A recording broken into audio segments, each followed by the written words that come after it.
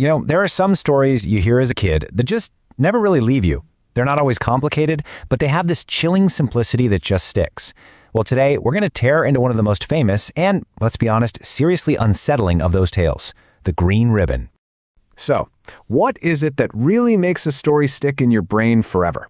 Is it some huge, sprawling plot with tons of characters? Or could it be something much, much simpler?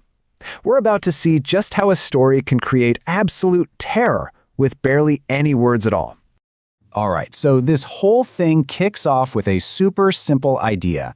You've got a girl, a boy, and this one tiny detail that just doesn't add up. So, we meet this girl, Jenny. And honestly, she seems totally normal, except for this one thing. She's always wearing a green ribbon tied neatly around her neck. And you get the feeling this isn't just for show, It's permanent. And right away, that sparks your curiosity.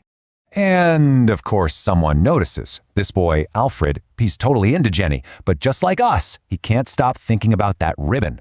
His need to know, well, that basically becomes the engine driving this whole story forward. Okay, so this is where the story gets really good. It's an absolute masterclass in building suspense, not with crazy action scenes, but just by letting time pass. So, Alfred finally works up the nerve and asks the one question we're all screaming in our heads. It's simple, it's direct, he just wants to understand this one weird thing about the girl he's really starting to care about. And Jenny's answer? It's just as simple, but man, it's a total brick wall. I cannot tell you. That's it. No explanation, no little hint. This doesn't solve anything. It just digs the mystery deeper, turning a simple question into this huge, obsessive secret. And get this isn't some short-term thing.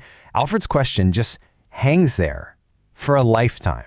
They fall in love, they get married, they grow old, and through all of it, that ribbon is right there, and the silence around it just gets louder and louder every single year.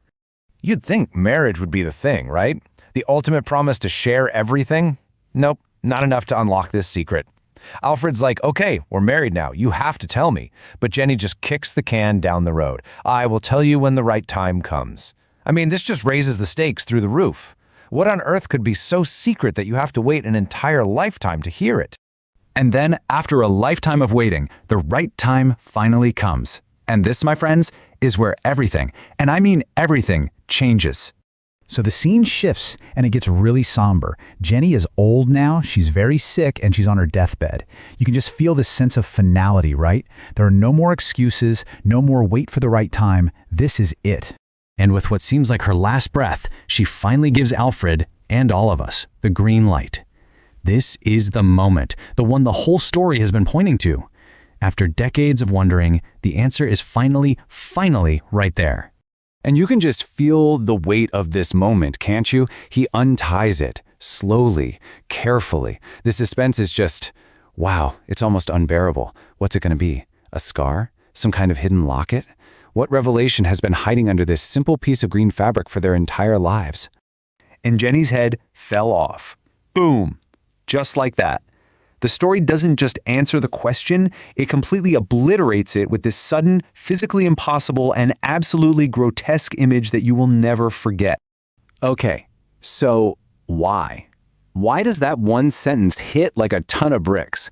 Let's actually deconstruct this. Let's look at the psychological gears turning that make this little story a straight-up masterpiece of terror.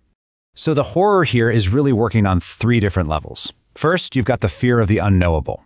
Think about it. The person Alfred loved most had a fundamental secret about her own body that he could never, ever know.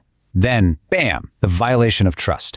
The truth isn't just a quirky secret. It's a horrifying reality that completely changes the meaning of their entire life together. And finally, you have that pure visceral body horror. That gruesome, impossible image is literally designed to burn itself into your brain. The story is a perfect example of what's called minimalist horror. Its real power comes from what it doesn't say, right? We never find out how she was living like that or why the ribbon worked. And by leaving those huge gaps, the story forces our own imagination to fill in the blanks. And let's be real, what we come up with is always way scarier than any explanation they could have given us. And that's really what it leaves you with, isn't it? The story is so effective because it taps into this really deep, really universal fear. The idea that the people we're closest to, the people we love, might be, on some fundamental level, total strangers. And that is a truly haunting thought to end on.